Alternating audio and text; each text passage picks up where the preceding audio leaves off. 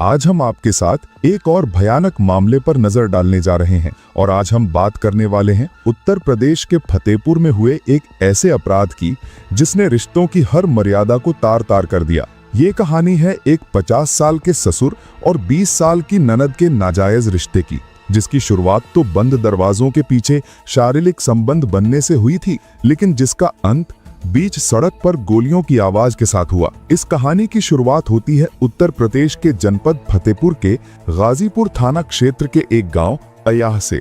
इसी गांव में भोला प्रसाद मिश्र का परिवार रहता था।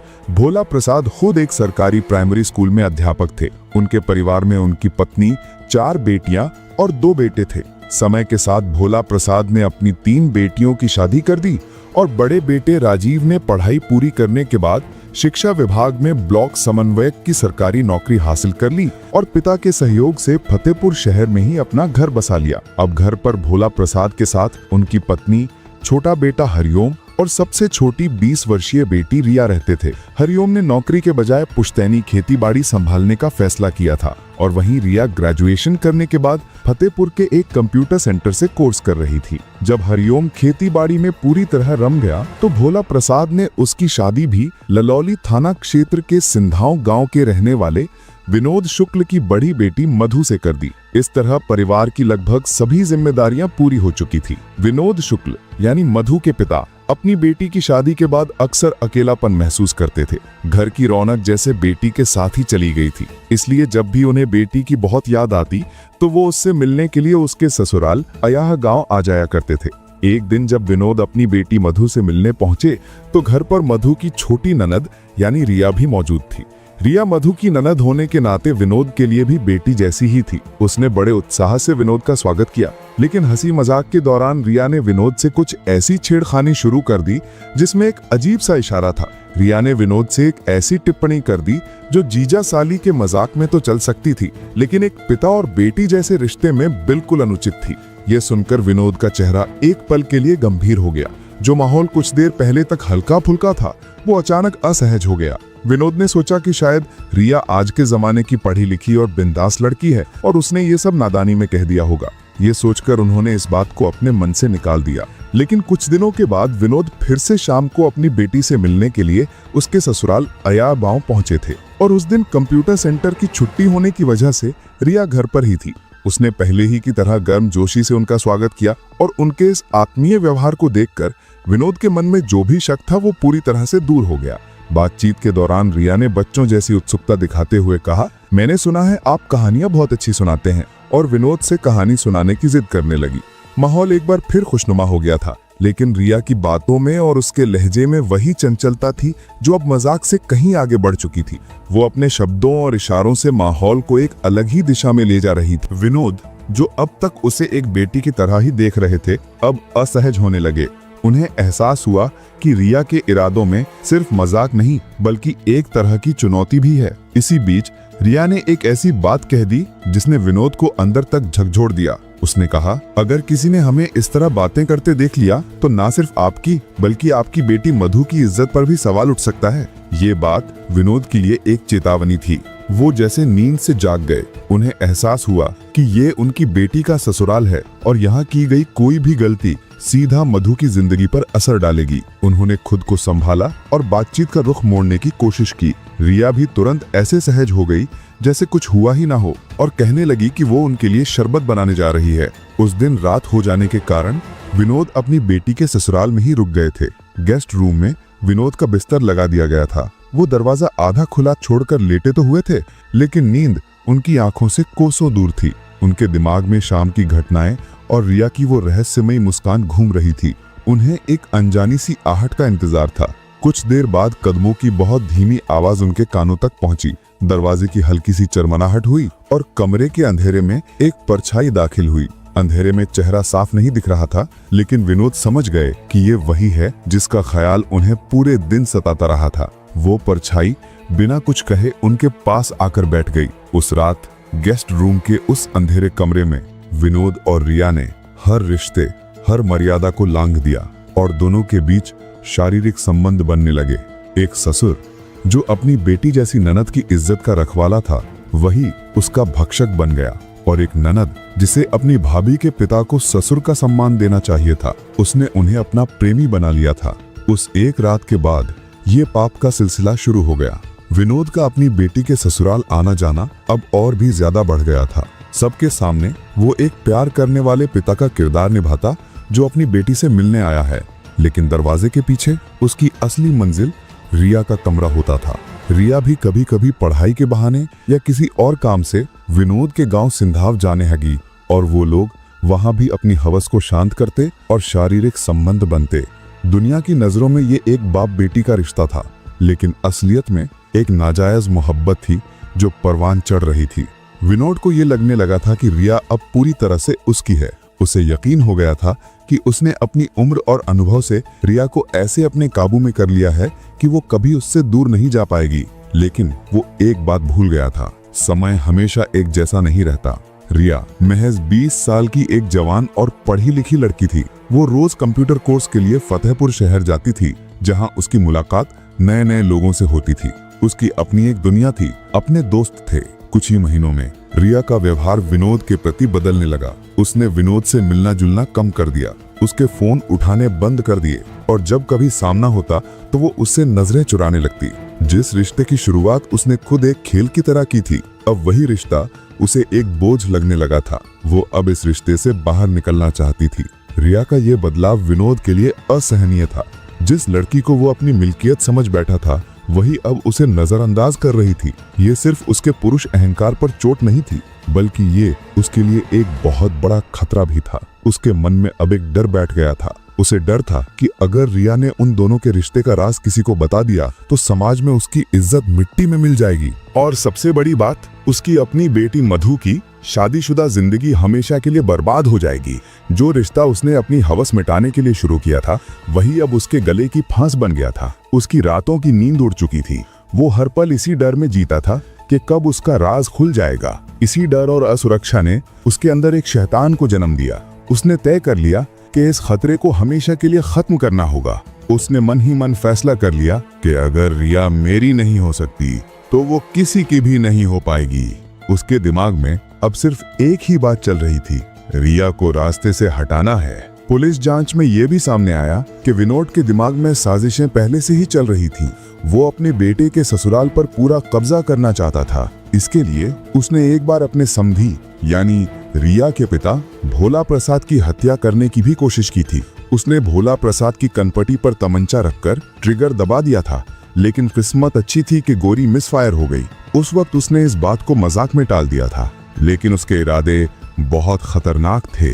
विनोद अब रिया को खत्म करने के लिए सही मौके का इंतजार कर रहा था, और ये मौका उसे दिया खुद रिया के बड़े भाई राजीव ने। राजीव जो फतेहपुर में रहता था, वो भी अपनी बहन रिया के बिंदास स्वभाव से और शहर में लड़कों के साथ खुलेआम घूमने फिरने से तंग आ चुका था। उसे डर था कि रिया की हरकतों की वजह से पूरे परिवार की बदनामी हो सकती है। एक दिन उसने विनोद को फोन करके फतेहपुर बुलाया। जब विनोद उससे मिला तो राजीव ने अपनी चिंता जाहिर की। उसने कहा कि रिया अब हाथ से निकलती जा रही है और अगर उसे नहीं रोका गया तो वो पूरे परिवार की इज्जत नीलाम कर देगी। और फिर राजीव ने वही बात कही जो विनोद सुनना चाहता था। राजीव ने कहा, रिया को हमेशा के लिए रास्ते से हटाना होगा। उसने विनोद को पैसों का लालच दिया और नोटों की एक गड्डी उसके हवाले कर दी। विनोद के लिए तो जैसे मुंह मांगी मुराद पूरी हो गई थी। अब उसके पास रिया को मारने का एक मजबूत कारण भी था और भाई का साथ भी।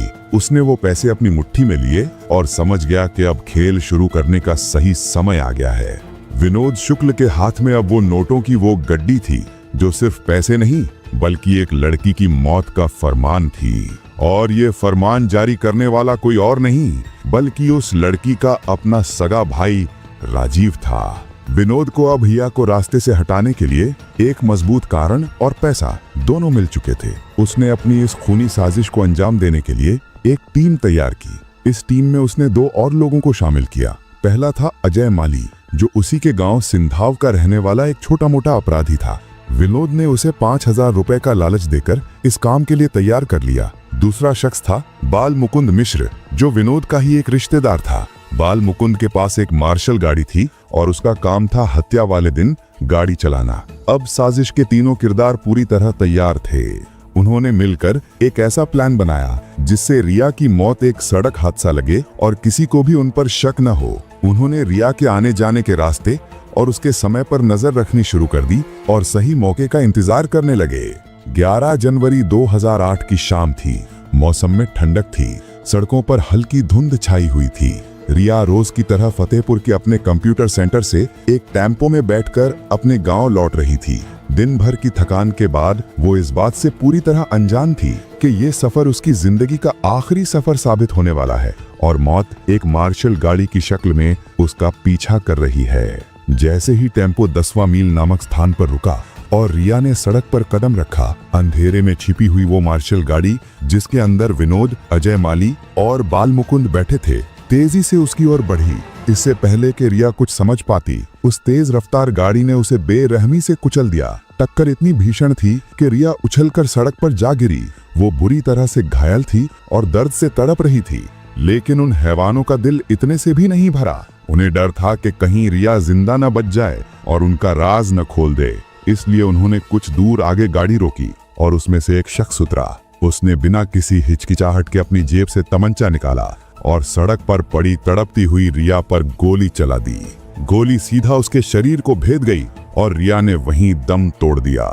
हत्या को अंजाम देने के बाद तीनों आरोपी अपनी गाड़ी लेकर वहां से फरार हो गए। गोली की आवाज सुनकर पास के अय्या गांव में हड़कंप मच गया। रिया के पिता भोला प्रसाद, भाई हरिओम और गांव के अन्य लोग आवाज की दिशा में भागे। जब वो सड़क पर पहुंचे तो सामने का मंजर देखकर स्तब्ध रह गए। उनकी अपनी रिया खून से लथपथ सड़क पर बेजान पड़ी हुई थी। घर में कोहराम मच गया।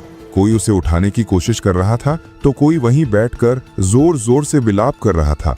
हिम्मत जुटाकर भोला प्रसाद सीधे गाजीपुर थाने पहुंचे और अपनी बेटी की हत्या की रिपोर्ट दर्ज कराई। खबर मिलते ही थाना अध्यक्ष गिरेंद्र सिंह अपनी टीम के साथ तुरंत घटना स्थल पर पहुंच गए। पुलिस ने सड़क पर फैले खून, टायरों के निशान और लोगों के डरे सहमे बयानों के आधार पर अपनी जांच शुरू की, लेकिन शुरुआती जांच में उनके हाथ कोई ठोस सुराग नहीं लगा। किसी ने भी गाड़ी का नंबर साफ साफ नहीं देखा था और अंधेरे की वजह से हमलावर का चेहरा भी कोई पहचान नहीं पाया था। पुलिस को यह समझते देर नहीं लगी कि ये कोई साधारण सड़क हादसा या लूटपाट का मामला नहीं है, बल्कि ये एक सोची समझी और बेरहमी से की गई हत्या है। उस रात पूरा इलाका दहशत में था। पुलिस के सामने एक ब्लाइंड मर्डर केस था जिसका ना कोई गवाह था और ना ही कोई सुराग। थाना अध्यक्ष गिरेंद्र सिंह और उनकी टीम दिन रात इस केस की गुत्थी सुलझाने में लगी हुई थी और फिर 12 जनवरी की शाम को उन्हें एक ऐसी कामयाबी मिली जिसने इस पूरे केस का रुख मोड़ कर रख दिया। एक मुखबिर ने पुलिस को आकर एक गुप्त सूचना दी।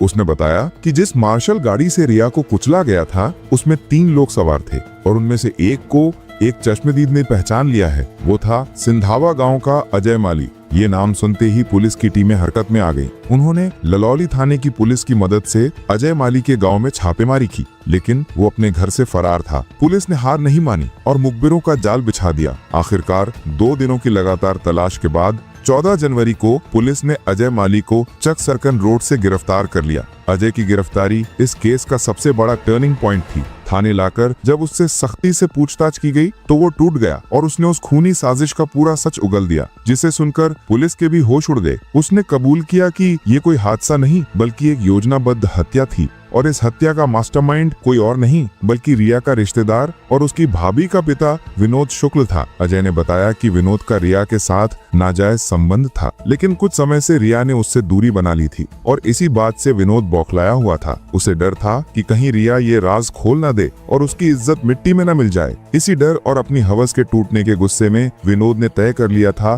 कि रिया को हमेशा के लिए रास्ते से हटाना होगा। अजय के कबूलनामे के आधार पर पुलिस ने साजिश में शामिल बाकी किरदारों को भी एक एक करके गिरफ्तार कर लिया। विनोद शुक्ल और गाड़ी चलाने वाले उसके रिश्तेदार बाल मुकुंद मिश्र को भी सलाखों के पीछे डाल दिया गया। लेकिन इस कहानी का सबसे शर्मनाक पहलू तो तब सामने आया जब ये खुलासा हुआ कि इस हत्या की साजिश में रिया का अपना सगा भाई राजीव भी शामिल था। राजीव अपने बहन के चाल चलन से परेशान था। उसे लगता था कि रिया परिवार की बदनामी का कारण बन रही है और इसलिए उसने अपनी बहन को रास्ते से हटाने के लिए ही विनोद को पैसे दिए थे। एक भाई ने ही अपनी बहन की मौत का सौदा कर लिया था। जब विनोद विनोद की गिरफ्तारी हुई और ये राज खुला कि उसके रिया के साथ शारीरिक संबंध थे, तो भोला प्रसाद और उनके पूरे परिवार पर शर्म और हैरानी का पहाड़ टूट पड़ा। ये सच्चाई उनके लिए किसी गहरे जख्म से कम नहीं थी। जिस इंसान पर उन्होंने भरोसा किया वही उनकी बेटी का कातिल निकला। 20 जनवरी 2008 को पुलिस ने विनोद और बाकी आरोपियों को अदालत में पेश किया, जहां से उन्हें जेल भेज दिया गया। एक नाजायज रिश्ते से शुरू हुई ये कहानी आखिरकार एक दर्दनाक अंत पर आकर खत्म हुई, जहां हर किरदार अपनी करनी की सजा भुगत रहा था। दोस्तों, इस अपराध की कहानी को सुनाने का उद्देश्य किसी को दुख पहुंचाना या परेशान करना नहीं है, बल्कि आपकी जागरूकता बढ़ाना है और आपको सावधान करना है। इस पूरी घटना के बारे में आपके क्या विचार हैं? अपनी राय हमें कमेंट में जरूर बताएं। और आप किस शहर से ये वीडियो देख रहे हैं, कृपया उस शहर का नाम भी लिखें। अगर आपको हमारी मेहनत पसंद आई हो तो वीडियो को लाइक करते हुए शेयर भी करें। और अब तक अगर चैनल को सब्सक्राइब नहीं किया है तो कृपया चैनल को सब्सक्राइब अवश्य कर लें। धन्यवाद।